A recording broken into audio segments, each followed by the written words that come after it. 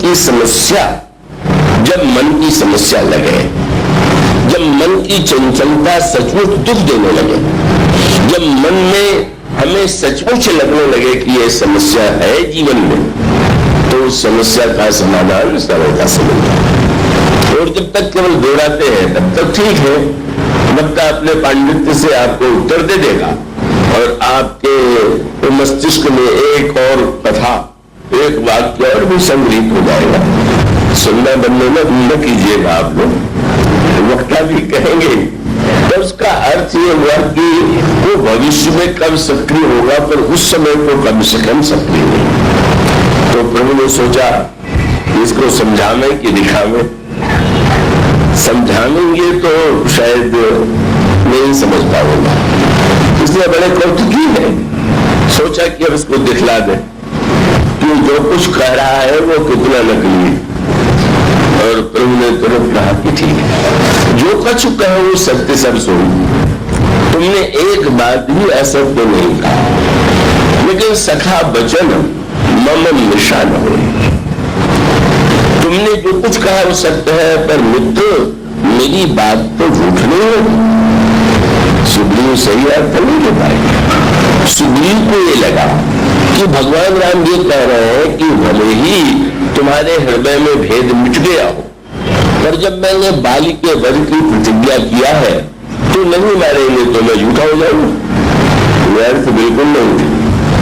भगवान राम ऐसे सत्यवादी बिल्कुल नहीं थे। ऐसे सत्यवादी महाभारत में बहुत, महाभारत काल में प्रभु का सत्य वो तो अनेक बार पिताजी ने आज्ञा दिया तो आप कहने लगे कि सत्य की रक्षा के लिए वन चले गए और भरत जी लौटाने आए हैं, तो कह देना चाहिए था कि मैं तो सत्यवादी हूं, मैं तो नहीं लौटूंगा। अब आप उनसे तो ये कहते हैं कि राखव राव सत्य रो त्यागी, तनु पर हरो प्रेम पर लागी, दास वचन में सोचू, कहते अधिक तुम्हारा सकोचू, भरत कहे सोई किए भलाई, तुम जो कुछ कहोगे मैं करूंगा। गुरु जी आश्चर्य से मुख देखने लगे। अपने जिस शिष्य को मैं इतना सत्यनिष्ठ मानता था, एक वाक्य में कह दिया तुम जो कुछ कहोगे वही मैं कर डालूंगा। अब उसका समय नहीं है, इसलिए भगवान राम का जो सत्य है, भगवान राम कोई सत्यवादी नहीं है, ईश्वर सत्यवादी नहीं होता, वो तो सत्य होता। वादी तो व्यक्ति होता। आप असत्यवादी हो जाए, सत्यवादी हो जाए, दूसरा सत्यवादी हो तो वो ईश्वर तो साक्षात सत्य का रूप है। और वो जब कहता है सत्य माने, मैं दृष्टांत के उपयोग करूं कि कोई रोगी डॉक्टर के पास जाए और उसको देख करके डॉक्टर अगर ये कहने लगे कि शरीर तो मिथ्या है, मरना तो पड़ता ही है, क्या दवा के चक्कर में पड़ोगे, तो सत्य ही कह रहा है, शरीर मरता भी है। और ऐसा कुछ होता है, पर क्या आप प्रसन्न होकर डॉक्टर के चरणों में साष्टांग प्रणाम करेंगे कि महान विज्ञानी आप हैं? उसका अर्थ ये जो सत्य का तात्पर्य नहीं जानता। रोगी रोग की पीड़ा लेकर के आया है, उसके लिए रोग सत्य है, और तुम्हारा कर्तव्य है कि दवा दे करके उसके कष्ट को, उसकी पीड़ा को मिटाने की चेष्टा करो, उसे वेदांत का उपदेश मत दो, उसको शरीर के मिथ्यात्व का उपदेश मत दो। और इसलिए प्रभु जानते हैं कि यह जो व्यवहारिक सत्य है, जो अनुभूति जन्य साक्षात सत्य रूप प्रभु है, ये जब बोलते हैं तो बहिरंग दृष्टि से ऐसा लग सकता है कि सत्य नहीं बोल रहे। भगवान राम के चरित्र में अनेक ऐसे हास्य हैं और भगवान कृष्ण के चरित्र में तो कहे नहीं क्या, वह तो ऐसा लगता है कि एक क्षण भी नहीं लगता है। जब गहराई से विचार करके देखिए, वही भगवान राम, वही भगवान कृष्ण, मानो वह सत्य, जो सत्य सामने वाले के लिए सत्य है। जब विद्यार्थी किसी भी छात्र को पढ़ाता है तो अपने ज्ञान का वो प्रदर्शन नहीं करता, विद्यार्थी किस कक्षा में पढ़ रहा है उसका ध्यान रखता है। तो प्रभु ने यही कहा कि तुमने जो कुछ कहा वो सत्य, पर मेरा वचन झूठा नहीं है। ये नहीं था कि मैं केवल अपनी वचन की रक्षा के लिए मारूंगा जरूर। यह तो कहीं भी भगवान राम के चरित्र में आपको मिलेगा ही नहीं, महाभारत में मिलेगा कि अगर युधिष्ठिर ने एक बार जब कर्ण का वध किए बिना अर्जुन आए और युधिष्ठिर को ये लगा कि ये तो कर्ण को मार के आ रहा है, बड़े प्रसन्न हो के आओ आओ तुमने मेरे हृदय की पीड़ा दूर कर दिया, इस कर्ण ने तो मुझे बड़ा कष्ट दिया, वाह तुमसे बड़ा योद्धा कर्ण। अर्जुन ने कहा नहीं महाराज, मुझे तो पता चला कि आप युद्ध करते करते घायल हो गए, तो युद्ध बीच में छोड़ करके मैं तो आपका दर्शन करने चला है। इतना क्रोध आया कि कहा कि व्यर्थ है तेरा पौरुष, और ये गांधी तो खिलौना है बेकार, इसको कंधे पर टांगेंगे। और तब अर्जुन ने तलवार निकाल लिया और तलवार निकाल करके धर्मराज युधिष्ठिर का सिर काटने के लिए चले। भगवान कृष्ण वहां विराजमान थे ही आश्चर्य से चकित होकर के अर्जुन से पूछा तुम क्या करने जा रहे हो? तो अर्जुन ने कहा महाराज मैं तो सत्यनिष्ठ हूं, मैंने प्रतिज्ञा की है कि मेरी निंदा कोई करे तो मैं क्षमा कर दूंगा, पर मेरे गांधी धनुष की कोई निंदा करेगा तो उसका सिर काट दूंगा, इसलिए सत्य की रक्षा के लिए तो मुझे सिर काटनी पड़ेगा।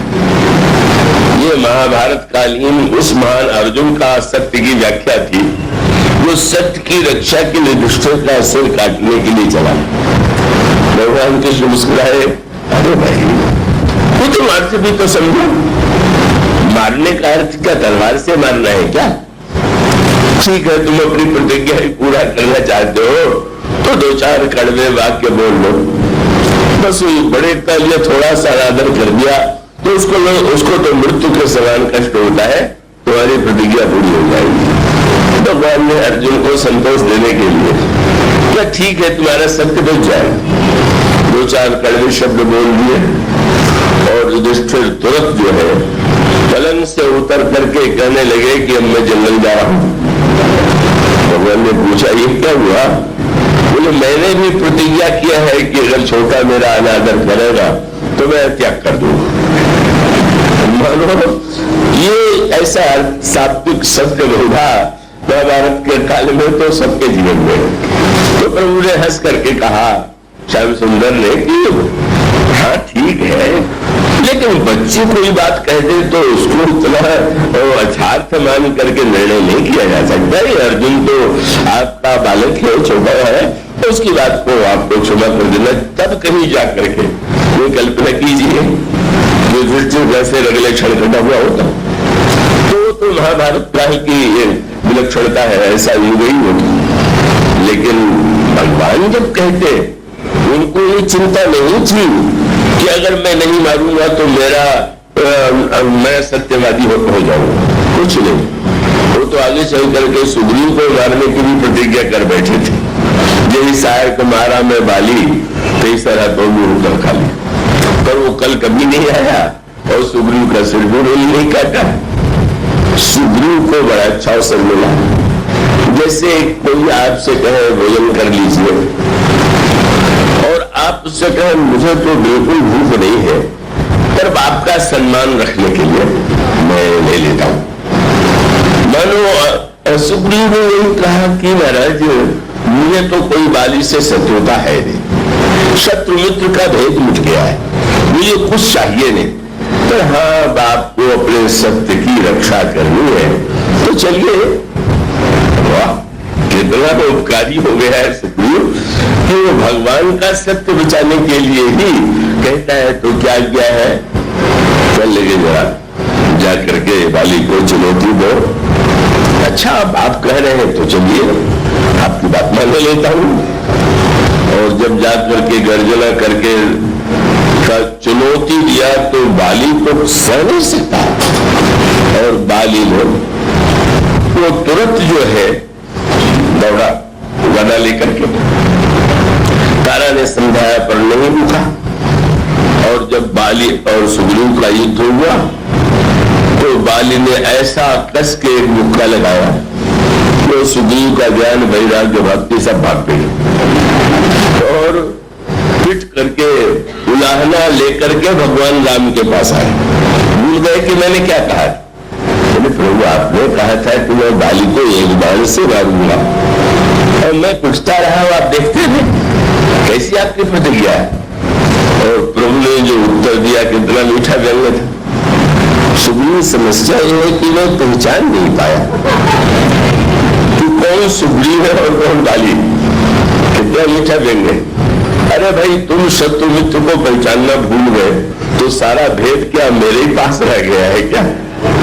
भगवान ने कहा एक रूप तुम उड़ाता दो और तेरी भ्रम से तेरी भ्रम से नहीं का मैंने उस भ्रम के कारण का उस पर प्रहार नहीं किया। और उसका सांकीर्तिक अर्थ था सुग्रीव का नकली ज्ञान, वैराग्य और भक्ति वहां डाली। जो तारा ने रोका कि उनसे मत लड़ने जाइए, वो तो श्री राम ने उनको शरण में ले लिया, वो बड़े बलवान है। तो तुरंत उसने कहा तुम ना समझो, वो बलवान मनुष्य नहीं है, साक्षात ईश्वर है। तब तो तारा ने कहा महाराज पतिदेव आप तो मुझसे बहुत अधिक जानते हैं। मैं तो यही समझती थी कि वो बलवान है बहुत, और आप तो ईश्वर समझते हैं, फिर भी आप लड़ने लगे। और तुरंत उसने वेदांत ज्ञान का प्रयोग किया। अरे तुम ईश्वर का लक्षण तुम नहीं जानते हो। ब्रह्म तो सम है, ईश्वर तो सम है, तो सम ईश्वर भेद कैसे करें? मानो ज्ञान की जो एक भाषा सुग्रीव बोल रहा है और दूसरी भाषा बाली बोल रहा है। बाली ने तुरंत यही कहा बाल सुन भी बड़ी डरपोक। अरे समदर्शी रघुनाथ तो साक्षात समदर्शी, ज्ञान की सबसे ऊंची बात कह दिया। तारा ने कहा लेकिन सुना है धनुष बाण लेकर के मारने के लिए वो सुग्रीव के साथ आए हैं। अच्छा मान लेते हैं कि मुझे मार ही डालेंगे, तो तुम क्यों चिंता करते हो? क्यों? बोले जो कदाच नहीं मारे तो पुन हो सनात, मेरा वध कर देंगे तो मैं सनात हो जाऊं। कितनी ऊंची भक्ति भावना है। कोई बात नहीं, भगवान मार दे भी तो सनात हो जाऊंगा। कितनी ऊंची भावना है कि ईश्वर तो समय। और तुलसीदास जी महाराज तो बड़े कड़े परीक्षक थे कि उन्होंने तो बाली को भक्त की उपाधि दिया, उन्हें ज्ञानी की उपाधि दिया। उपाधि क्या दिया? जब यह कह करके चला तो तुलसीदास जी ने लिख दिया अस कहीं चला महाअभिमानी, न ज्ञानी है न भगत है, केवल अभिमानी। और उसका अभिप्राय जो अनुभूति आपको नहीं हो रही है, अगर केवल अभिमान के प्रदर्शन के लिए आप उसको दोहराते जा रहे हैं तो आपके ज्ञान का परिचायक नहीं, आपके अभिमान का परिचायक। आप ज्ञान की ऊंची से ऊंची बात कह दी थी और वो है नहीं अनुभव। मानो गोस्वामी जी ने बड़ी कठोरता से लिख दिया बिल्कुल नहीं, न मैं इसे ज्ञानी मानता हूं न भक्त मानता हूं, वो तो अभिमानी। और भगवान राम ने कहा कि जब तुम दोनों भाई एक जैसे, तो बोले तुम जैसे वेदांती वो भी वेदांती, तुम जैसे भगत वो भी भगत। अब मैं कैसे मारता? और तब सुग्रीव वहां आ गए जहां वे वस्तुतः थे। नशे में जो बोल रहे थे वो बात तो भूल गई।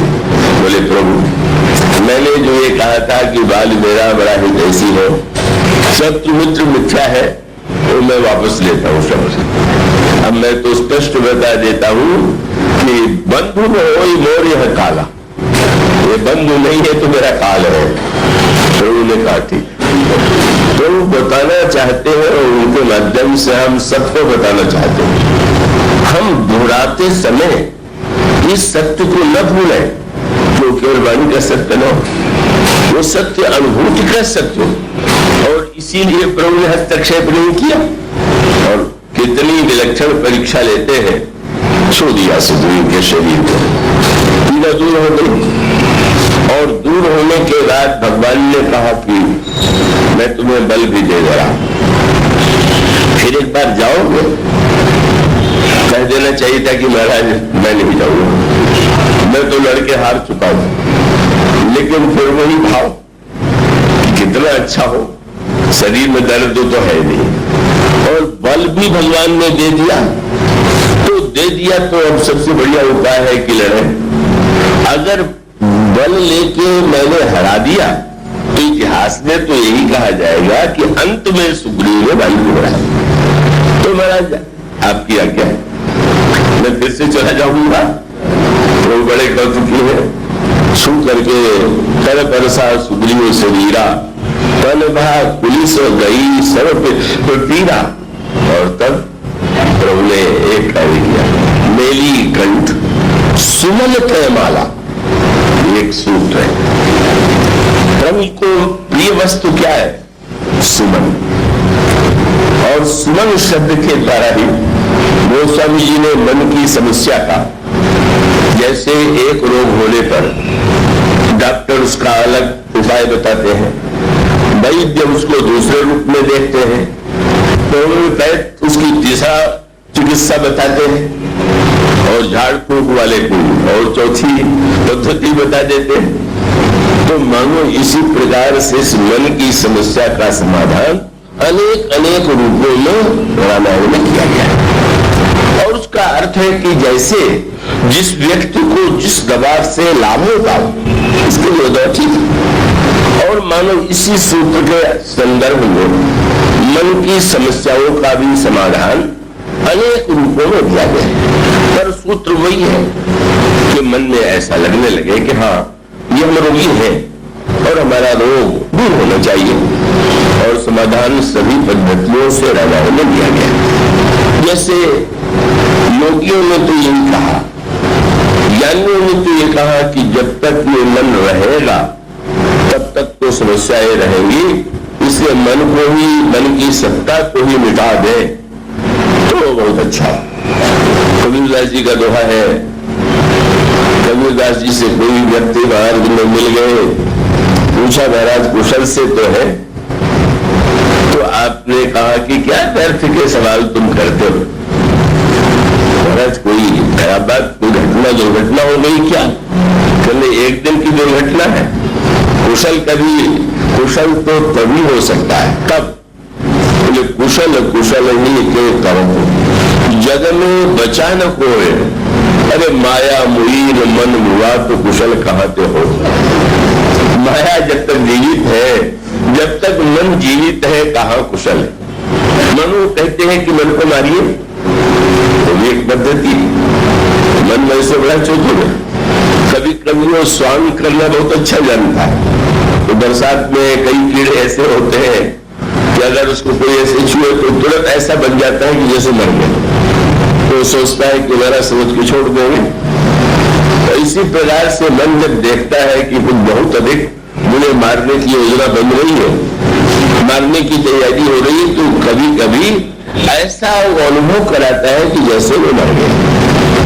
पर गोस्वामी जी ने व्यंग्य किया, जब शंकर जी के ऊपर काम आक्रमण करने के लिए गया तो काम ने ये सोचा कि अब शंकर जी पर जब प्रहार करेंगे तो मृत्यु तो निश्चित है, और निश्चित है तो जरा जाते जाते अपना चमत्कार भी तो दिखा दे कि हम है क्या।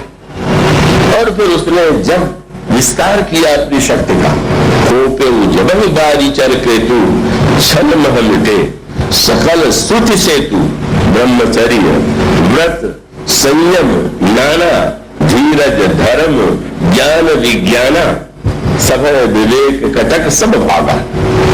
सारे सदग्रंथ पर्वतों में छिप गए, सबको जो है वो भाग खड़े हुए। तो किसी ने कहा कि योगियों ने तो मन को मार दिया, और मन ही नहीं है तो मनोज का जन्म कहाँ होगा? तो स्वामी जी कहने लगे कि नहीं भाई, विचित्रता ये हुई कि जागई मनोभव मेहू मन। जो समझते थे कि मेरा मन मर गया है, उन्होंने भी इस अनुभव किया कि नहीं मरा नहीं था। तो वही एक उपाय तो यह है कि यत्न कीजिए, ध्यान धारणा प्रत्याहार के द्वारा मन को भूखा मार दीजिए, और इसका अर्थ है कोई भोजन नहीं मिलेगा तो मरेगा। तो उन्होंने कहा कि संसार के विषयों के द्वारा ही ये मन जीवित रहता है, इसको विषयों से हटा लो, मर जाएगा। लेकिन यह प्रयोग जो है जो कर ले, अब ऐसे कैसे कहा जाए कि ये प्रयोग नहीं है या नहीं होता है, पर वो एक प्रयोग ये है कि जब व्यक्ति को मन जिन विषयों की ओर जाए, उन विषयों की ओर जाने से भला उसे रोके। और ऐसी स्थिति में वो स्थिति आ जाएगी कि जब मन जो है इतना वो हो जाएगा कि वो नहीं जाएगा। ऐसा भी प्रयोग किसी किसी बड़े पुरुष योगियों के जीवन में दिखाई देता है। यद्यपि उसके उल्टे दृष्टांत भी बहुत अधिक है, किंतु वो भी एक पद्धति है, विचार की भी पद्धति है, योग की भी पद्धति है और धर्म सिद्धांत की अपनी पद्धति है। उसका अभिप्राय है कि भाई यह दुख सुख का तो चक्र चलेगा, पर जीवन में जब कोई दुख आवे तो अपने कर्म का परिणाम मान लीजिए, तो उसके द्वारा मन में थोड़ा संतोष हो जाएगा। पर एक उपाय भक्तों का, और वो भक्तों का उपाय क्या है? उन्होंने कहा कि ये जो मन है ये तो बड़ा दुख दे रहा है, पर देने वाले दुख के मन का कोई ग्राहक है क्या? और तब उनको अचानक दिखाई पड़ा ये जो भक्तों के भगवान है वो एक ही खोज में रहते हैं कि कहीं सुमन मिल जाए। मन की खोज जो है, क्योंकि उन्हें किसी वस्तु के द्वारा तो प्रसन्न किया नहीं जा सकता, पर नहीं किया जा सकता है तो उन्होंने मनो एक भावना किया, वो एक संकेत आता है कि श्री राम के मन को सीता जी अपनी ओर खींच लेती है, आकृष्ट कर लेती है। और भगवान राम ने जब पहली बार सीता जी को देखा तो तुलसीदास जी ने यही शब्द लिखा कि करत बतक ही अनुज सन मन से रूप लुभान। मन जो था बात कर रहे थे लक्ष्मण जी से, पर मन जो था श्री सीता जी के सौंदर्य रस के पानी में डूबा हुआ। वो स्वामी जी से किसी ने पूछा, मन गया तो कभी लौट के भी आया होगा? तब उत्तर मिला कि नहीं, जो उस दिन से मन गया और तब आपको यह संयोग का प्रसंग है। और अशोक वाटिका में जब हनुमान जी संदेश लेकर के गए तो हनुमान जी ने कहा कि उन्होंने तो यही कहा है कि जब व्यक्ति के मन में कोई दुख होता है तो उस दुख को किसी को सुनाना चाहता है। सामने वाला अगर संवेदनाशील हो तो उसको उससे बात करके थोड़ा उसको दुख उसका बोझ हल्का लगता है। भगवान ने कहा मेरे मन में, मेरे हृदय में जिस दुख की अनुभूति हो रही है मैं भी किसी को सुनाना चाहता हूं। सुनाना चाहते हैं तो कोई आपके पास जो रसिक हो, जो भक्त हो, उसे सुना दीजिए। तो भगवान ने कहा कि ना, तत्व प्रेम कर मम अवतोड़ा जानत प्रिया एक मन मोड़ा। केवल एकमात्र मेरा मन जो है वही हमारे और तुम्हारे प्रेम तत्व को जानता है। तो आपका मन जब जानता है तो बहुत अच्छा श्रोता है, जितना दुख है उसी को सुना दीजिए। और तब प्रभु ने कहा कि वो श्रोता मेरे पास कहाँ है? बोले सो मन सदा रहत तो ही पाहू जान प्रीति रस इतना ही पाहू। तुम्हारे पास जब वो मन गया तो लौट करके फिर वो तो आया ही नहीं। तो उस तरह से मानो ईश्वर भक्ति देवी के द्वारा वो उनका मन जब चुरा लिया जाता है तो वस्तु चोरी जाती है तो व्यक्ति खोजता है कि कहीं मिले, तो भगवान खोज करते हैं कि कहीं मन मिल जाए। और वो मन मिल जाए तो फिर निमंत्रण की चिंता नहीं, फिर तो आप वाटिका में भी गए और उन्होंने सुमन का संचय किया। सुमन समेत बाम कर दो ना। अगर भक्त है तो भक्त अपने हृदय में बाग लगाता है, वाटिका लगाता है और उसमें फूल खिलता है। और उस फूल खुलने की परंपरा को गोस्वामी जी जो बताते हैं साधना का प्रसंग, वो यही है कि पुलक वाटिका बाग बन सुख सुविहंग विहार, माली सुमन सरे है जल, सिंचित लोचन चारु। मानो जब हमारे अंदर हृदय में का उस रस का संचार होता है, मन को रस ही तो चाहिए, तो या तो आप उसको ये समझा लो कि रस जो है हानिकारक है, या ये समझाइए कि रस जो है ना आसमान है, और सुन करके ही वो तो बार बार नहीं आ जाता है। और तब उसका उपाय ये है कि उस मन के रस को ये मत कहिए, जो रस चाहता है उस रस को दीजिए, पर वह रस ऐसी दिशा में दीजिए, चेष्टा ये करें कि अगर इसको रूप प्रिय है, इसको सुगंध प्रिय है, इसको विषय प्रिय है, तो वह भगवान में सारी वस्तुओं को ढूंढ करके दिखलाता है। कितना सुंदर रूप, कितना सुंदर इनका मुस्कुराहट, कैसी दृष्टि का, मानो अगर किसी तरह से जो हमारा मन विषय, मंत्र में तुलसीदास जी के विषय में आपने ये पढ़ा है कि तुलसीदास जी जो है का वो बड़ी भारी कामी थी। एक सीजन ने मुझसे ये कहा कि हाँ, तुलसीदास जी को लोग श्रेय देते हैं, और तुलसीदास जी को तुलसीदास तो रत्नावली में बना है, उनकी क्या प्रशंसा। उसने न फटकारा होता तो वो तुलसी बन ही नहीं सकते थे। मैंने यही कहा कि भाई पत्नियों के फटकार से अगर तुलसीदास बनते होते तो हजारों तुलसीदास रोज बन जाते। तुलसीदास इसलिए नहीं बन गए कि वो कोई फटकार से बन गए, उसमें सूत्र है। इतने तीव्र भावना प्रधान और कामुक थे, और उसका अभिप्राय है कि जीवन में कभी प्यार तो मिला नहीं। पत्नी पिता ने त्याग कर दिया, मां की मृत्यु हो गई, पिता की मृत्यु हो गई, जिस दासी ने पाला उसकी मृत्यु हो गई, तो उनका जो मन था वो कैसा, वो जो उनकी इतनी बड़ी बेचैनी थी प्यास की, जब विवाह हुआ तो सब कुछ ऐसा लगने लगा कि हमारी प्यास क्यों हो गई। यह जो उनकी जो तीव्र लालसा थी, उस लालसा के कारण ही वो एक क्षण के लिए भी अलग नहीं करना चाहते हैं रत्नावली। पिता के घर में भी जाने देने के लिए वो प्रस्तुत नहीं, क्योंकि संसार में समस्या यही है कि प्रत्येक व्यक्ति पूरा प्रेम केवल अपने लिए चाहता है, बंटवारा नहीं चाहता। वो कहता है कि सब कुछ केवल मुझसे करो और किसी से नहीं। और एक दिन संयोग से स्नान करने गए, भाई आए, रत्नावली को लगा कि ये अवसर है, और वो रत्नावली के साथ जो है भाई के साथ चली गई। वह जो तीव्र पिपासा थी, तीव्र बेचैनी थी, जो उनको रात्रि के अंधकार में नदी बड़ी हुई को पार करने से नहीं रोक पाई। वह मुर्दा जिसको छूना नहीं चाहते, उस मुर्दे को उन्होंने अगर नाव समझ लिया और सर्प को उन्होंने रस्सी समझ लिया, तो वह तीव्र उनकी लालसा जो है वही वस्तुतः कारण बनी उनके संत होने। मानो लालसा थी, पत्नी ने फटकार दिया तो लगा कि अरे, जिससे मैंने इतनी आशा की थी वो तो यहाँ पर हम इतना कुछ छोड़ करके आए, और उसको चिंता यही है कि अब आप आगे कोई देखेगा तो क्या कहे। सोचिए मेरी आप क्या दुर्दशा कराना चाहते हैं।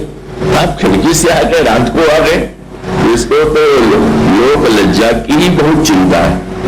और तब स्वाभाविक था, उन्होंने कहा कि नहीं, अब हमको हमारी हम तो कैसे है, इसीलिए व्यंग है कि पत्नी ने फटकार तो दिया उस समय, पर उसको विश्वास था कि अरे लौट के आएंगे, जाएंगे कहा, नहीं आए। तो प्रसिद्ध तो है कि तुलसीदास जी की पत्नी की सखी ने लिख करके भेजा कि आपकी पत्नी जो है कनक कट की खेली कनक सी, रात सखी में संग सोए, पर मोही फटे गए डर नहीं, अनंत कटे डर हो। अगर आप यहां से उठ के गए और फिर कहीं खोज लिया, कोई और विवाह कर लिया तो दुख की बात है, पर अगर आप बिल्कुल यथार्थ जैसे है वैसे है, तो तुलसीदास जी का वो दोहा कि जिसमें उन्होंने कहा कि सचमुच मुझे ठीक पहचाना गया, मैं अकेले तो रह नहीं सकता, मैं कभी अकेले नहीं रह सकता, इसलिए मैंने नया नाता जोड़ दिया। किसका? बोले कटे एक रघुनाथ संग और बांध जटा सिर केस, हम तो चाखा प्रेम रस पत्नी के उपदेश। मानो उन्होंने कहा कि तुम्हारे फटकार से मुझे ऐसा ही लगा कि हमारी प्यास तो एकमात्र ईश्वर के द्वारा ही पूरी होगी। यह जो मानो संकेत है कि अगर हमारी मन की लालसा, मन की तीव्रता जिन विषयों को पाना चाहती है, उनके मिथ्यात्व के द्वारा अगर रोक सकते हैं तो बहुत अच्छा, योग से उसे मार सकते हैं तो आपको बधाई है। पर अगर ये संभव न लगे तो फिर एक ही उपाय है कि भगवान से अनुरोध करे। और इसलिए गोस्वामी जी ने विनय पत्रिका आप अवश्य पढ़िए। मन की समस्या का समाधान और उसका सही रूप अगर आप पाना चाहते हैं तो विनय पत्रिका के पदों को पढ़िए।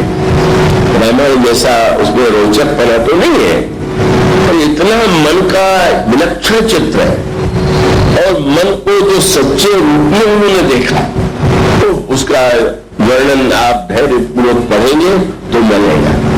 और कभी तो मन को प्यार करके समझाते हैं, अरे मन सुन मन मोह सिखावन में हो, अरे हरिपद विमुख न हो न काहु सुख, सठी है सो समझ सवे। अरे भाई, क्या भगवान के चरणों से अलग होकर के किसी को कभी सुख मिला है? कभी समझा दिया? और कभी मन को ऐसा धमकाते हैं। धमकाने के लिए तो रामायण में लंका कांड का जब वर्णन करने लगे कि श्री राम ने रावण का वध कर दिया, तो सुनने वाले को बड़ा आनंद आया। तुलसीदास जी ने कहा किसका अर्थ जानते हो? और मन से कहा, याद रखो ये धनुष बाण कोई हड्डी या बांस या लोहे या सोने का बना नहीं, क्या है? लव निमेश परमाणु जुग बरस कलप सर चंड और भज सिंह मन, यही राम का काल जिसका उदंड है और काल के बाण के द्वारा जो संहार कर रहा। इसीलिए जब बाली ने कहा कि आपने मुझे छिप करके क्यों मारा, तो प्रभु ने हंस करके मन ही मन कहा कि तुम मुझे मनुष्य मानते होते तो यह प्रश्न ठीक थी, पर तुम स्वयं कहते हो कि मैं ईश्वर हूं, तो मैं तो रोज यानी कि को छिप के तो मार रहा हूं, मैं किसको सामने आके मार रहा हूं? काल का बाण आकर के मारता चला जा रहा है। बोले याद रखो, काल का उदाहरण इनके हाथ में देखो, कई लोग दिखाते हैं, कहते हैं ऐसी कौन सी वस्तु है कि जिसको तुम प्रभु से नहीं पालोगे।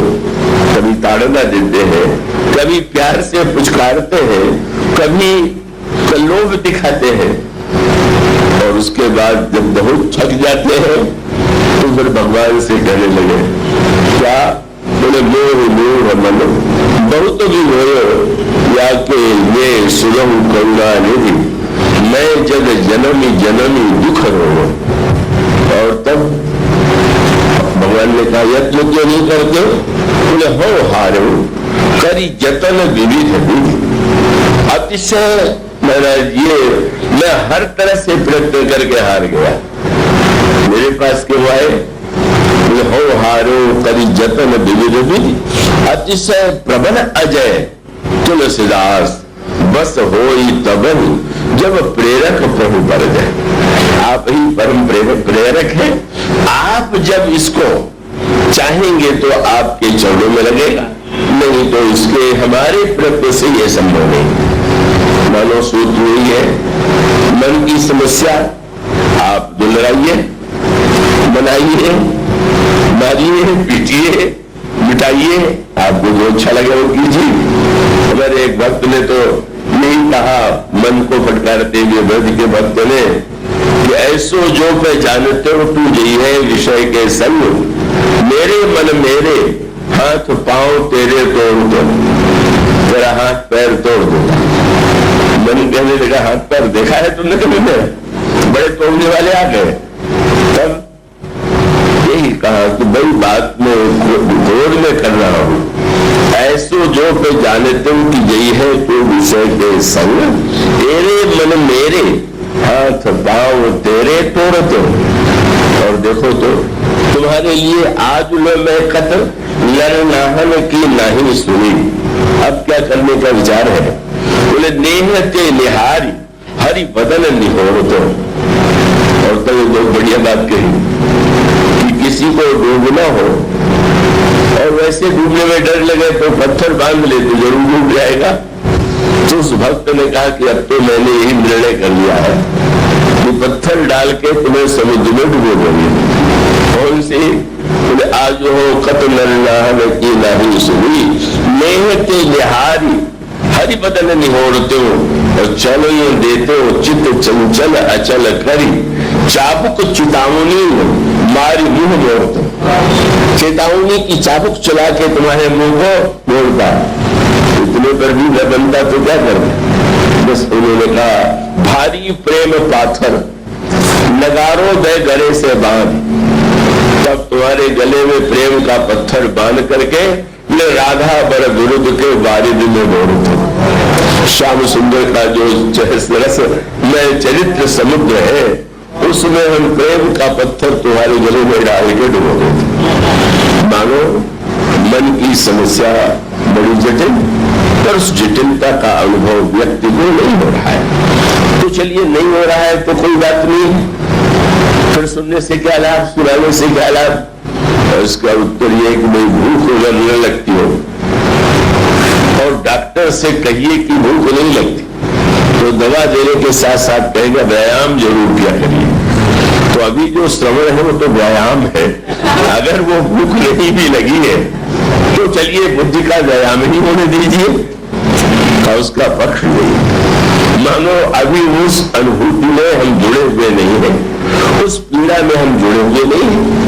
पर कोई बात नहीं है, आप प्रेमपुरी अध्यात्म भवन में आते रहेंगे तो लोग इतना व्यायाम कराएंगे, कराते ही रहते हैं। कहते हैं एक तल्ले पर रामायण, दूसरे पर श्रीमद् भागवत, तीसरे पर योग। अब जहां जिसको भूख लग जाए, वस्तुतः अभी तो बुद्धि का व्यायाम है पर वो कल्याणकारी है। उसके बाद व्यक्ति के जीवन में सचमुच बेचैनी उत्पन्न होती है, व्यग्रता उत्पन्न होती है, तब वो मन की समस्या का जो समाधान, जैसा आपका संस्कार हो, कोमल हृदय के हैं, कठोर हृदय के हैं। एक सिद्धि ने मुझसे कहा, हमारे उद्धार जी उनके पुत्र ने, जब संत लोग कहते हैं बिना रोए भगवान नहीं मिलेंगे, मुझे तो आंसू आता नहीं। तो मैंने कहा भाई उन संतों को नमस्कार है, कहीं ये नहीं लिखा हुआ है कि भगवान रोने वालों को मिलते हैं। रोने वाले रोए बहुत अच्छा है, भगवान के प्रेम के रोम रोम में रोना बहुत बढ़िया है, लेकिन जो नहीं रोते उनको आप क्या रुलाएंगे? क्या वो प्रसिद्ध कथा है कि महंत जी वृंदावन के थे जाते थे तो सारे भक्त रो रहे देख के बड़ा संकोच होता था कि मेरे आंख में आंसू नहीं आता है तो क्या करें।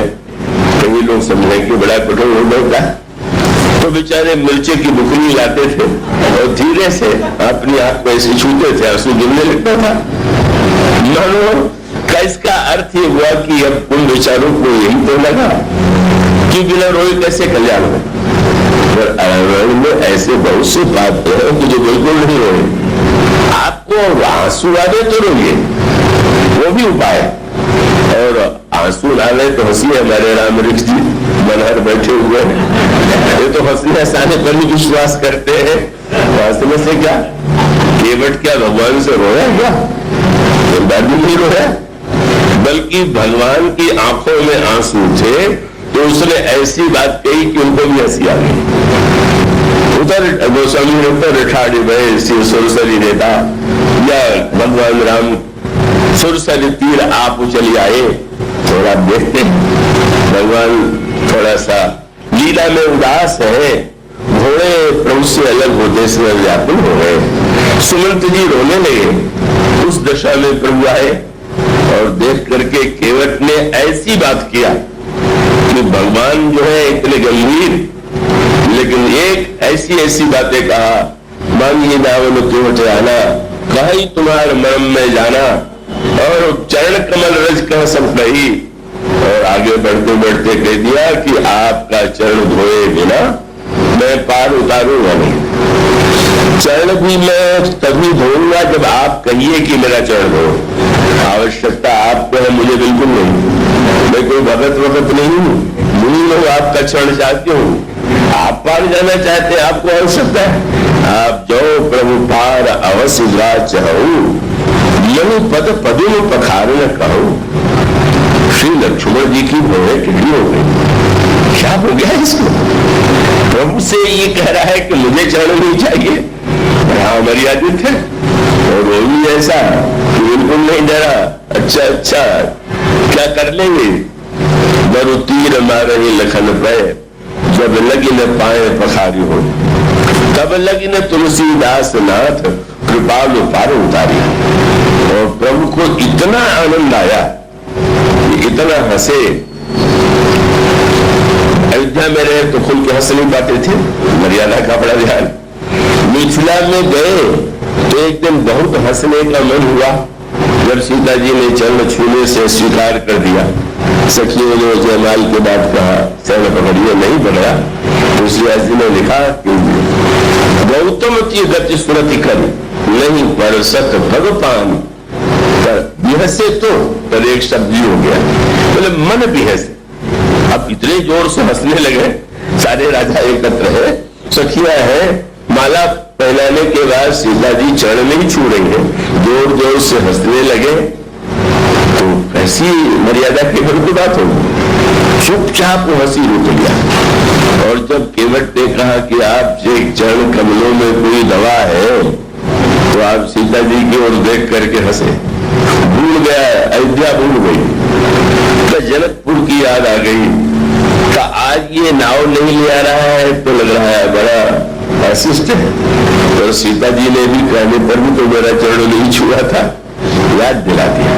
इतने आनंदित हो गए, मानो यह मत कहिए कि इसके बिना भगवान नहीं मिलेंगे, ऐसा कुछ नहीं, कहीं नहीं है।